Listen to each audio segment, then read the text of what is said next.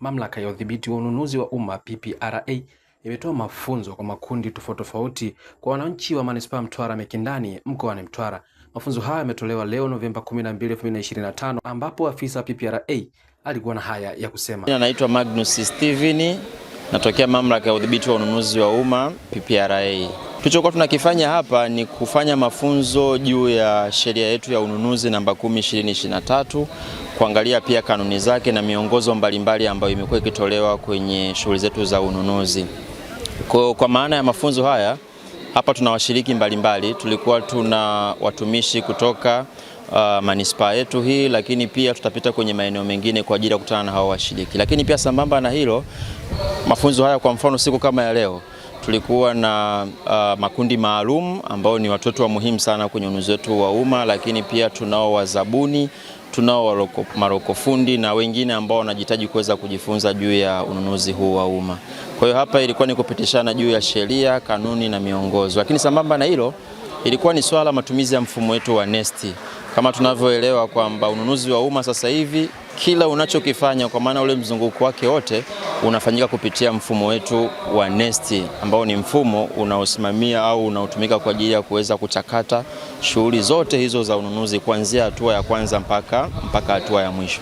Sasa kwa mfano kama leo hii ambapo tulikuwa na wengi ambao walikuwa ni makundi maalum, labda mtu anangetaka kujua makundi maalum ni nini. Haya ni makundi ambayo yana mchanganyiko tofauti, na ukiangalia kwenye sheria yetu tunahitaji kuwa na wanawake, vijana, wazee na wenzetu wenye ulemavu. Kwa maana ushirikishaji wa makundi maalum tunataka kutoa upendeleo ambao pia unaendana na wao kuwa na vigezo hivi ambavyo vinaweza vikawapelekea kushiriki kwenye hizi fursa. Kwa sisi kama mamlaka, kama chombo ambacho kinasimamia utekelezaji wa shughuli za ununuzi, lakini pia usimamiaji wa kuona namna gani ambavyo sheria zinatekelezeka, tumewaambia taasisi nunuzi zote nchini kwenye kila mipango yao ya ununuzi ya kila mwaka kuhakikisha wanaandaa 30% kwa ajili ya hayo makundi maalum. Maana hizi 30% ni hizo fursa mbalimbali ambazo zinapatikana. Na kwenye haya makundi kama ambavyo nimezungumza, inaweza ikawa ni kundi linaloundwa na wanawake, inaweza ikawa ni kundi ambalo linaundwa na vijana, inaweza ikawa ni kundi ambalo linaundwa na wazee au wenzetu wenye mahitaji maalum au wenye ulemavu. Maana hizi fursa zikitangazwa zinatangazwa wao moja kwa moja. Na hizi fursa tunakuwa tunapenda zikitangazwa kutoka kwenye eneo husika pale ambapo hawa watu wanakuwa wanapatikana. Na ndio maana hata kwenye usajili wa haya makundi tunasema inakuwa ni nzuri au inapaswa kuwa haya makundi yasajiliwe kutoka kwenye eneo lile husika. Kwa kama unapatikana kwenye eneo husika, maana yake usajili wa hili kundi utaanzia kwenye zile ngazi za msingi kabisa za mamlaka za serikali za mitaa. Kwa wana kikundi kuanzia 5 labda mpaka 20 hapo watakuwa na vigezo ambavyo wanahitajika kuwepo navyo ili mwisho wa siku kundi likaweze kusajiliwa. Watahitajika kuwa na barua ya utambulisho kutoka kwa ofisi ya mwenyekiti wa serikali ya mtaa, lakini sambamba na hilo pia kutahitajika kuwa kuna barua ya utambulisho wa kila mwanakikundi. Watahitaji kuwa na muhtasari wa kikundi, katiba ya kikundi, namba ya NIDA ya kila mwanakikundi, lakini pia baada ya hapo watahitajika kuwa na leseni ya biashara. Sambamba na hilo watahitajika kuwa na vyeti vya mtambulisho wa mlipa kodi kwa maana ya TIN au TIN number. Ndio maana kwenye mafunzo ya leo tuliwaalika wenzetu wa TRA, walikuwa wako hapa na kwa namna ambao ni nzuri kabisa wameweza wakiwa hapa kusajili zaidi ya washiriki 31 na mgeni wetu rasmi ameweza kuwapatia vyeti vyao hivi ambavyo vinatambulisha wao ulipaji wa kodi. Nao baadhi ya washiriki wa mafunzo hayo wameeleza namna watakavyonufaika na mafunzo hayo kutoka PPRA. Kwa majina naitwa Fatuma Mohamed Mpondomoka, natoka mtaa Mdenga, kata ya Likombe. Nimshukuru Mwenyezi Mungu kwa kuweza kunileta hapa. Kwa kweli nashukuru kwa mafunzo tuliopewa na watu wa PPRA. Kwanza yamenigusa au yametugusa sisi wenye tunaoishi kwa ulemavu. Alafu na pili yametufungua macho, masikio na hata uelewa. Kwa sababu watu wengi tulikuwa tunaishi tu hatuelewi, tunaona tu tunapata zabuni, hatujui maana ya zabuni. Lakini kutokana na mafunzo waliotoa ukusanyaji waliokusanya kutuleta hapa, kuna vitu ambavyo tumevipata ambavyo vinaweza kutufanya sisi tuweze kuishi vizuri kama watu wengine. Kwa sababu kama biashara tunaweza kufanya, kushona tunashona. Tuna ujuzi wa kila aina, kila sasa tulikuwa tujui tunapeleka wapi kutokana na ugumu wa maisha au biashara. Ila leo PPRA kama wamejitoa kutukusanya sisi wote kwa ujumla na kutuleta hapa, kwa kweli nashukuru kwa kitendo hicho kifanya.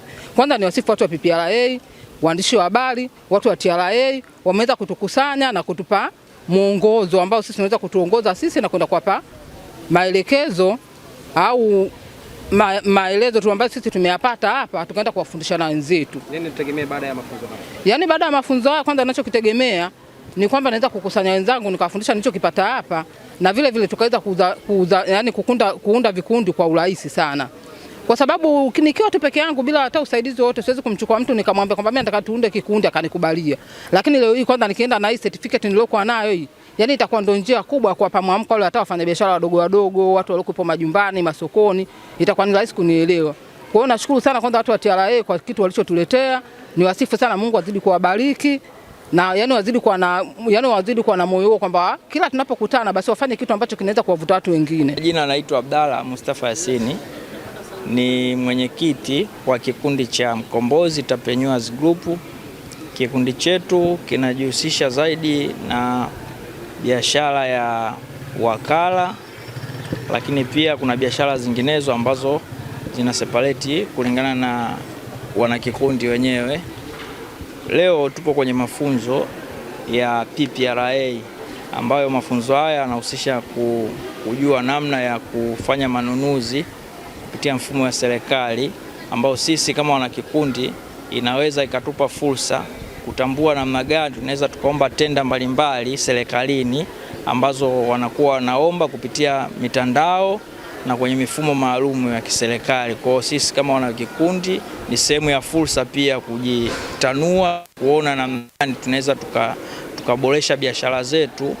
Unless kama sisi tunahusika na uwakala, labda tunaweza tukaboresha kikundi, tukaboresha katiba zetu, lakini tukaweza kuomba tenda mbalimbali za serikalini ambazo zinazotuhusisha sisi vijana. Upande wake mgeni rasmi katika hafla hiyo ambaye ni katibu tawala mkoa wa Mtwara PPA Bahati Geuze amesisitiza PPRA kutoa elimu hiyo mara kwa mara. Kwa hiyo naomba muendelee hivyo, ni jambo jema sana, ili kuwezesha Watanzania kuendelea kufahamu uwepo wa fursa mbalimbali na hata pia watumishi kuweza kupata utaalamu.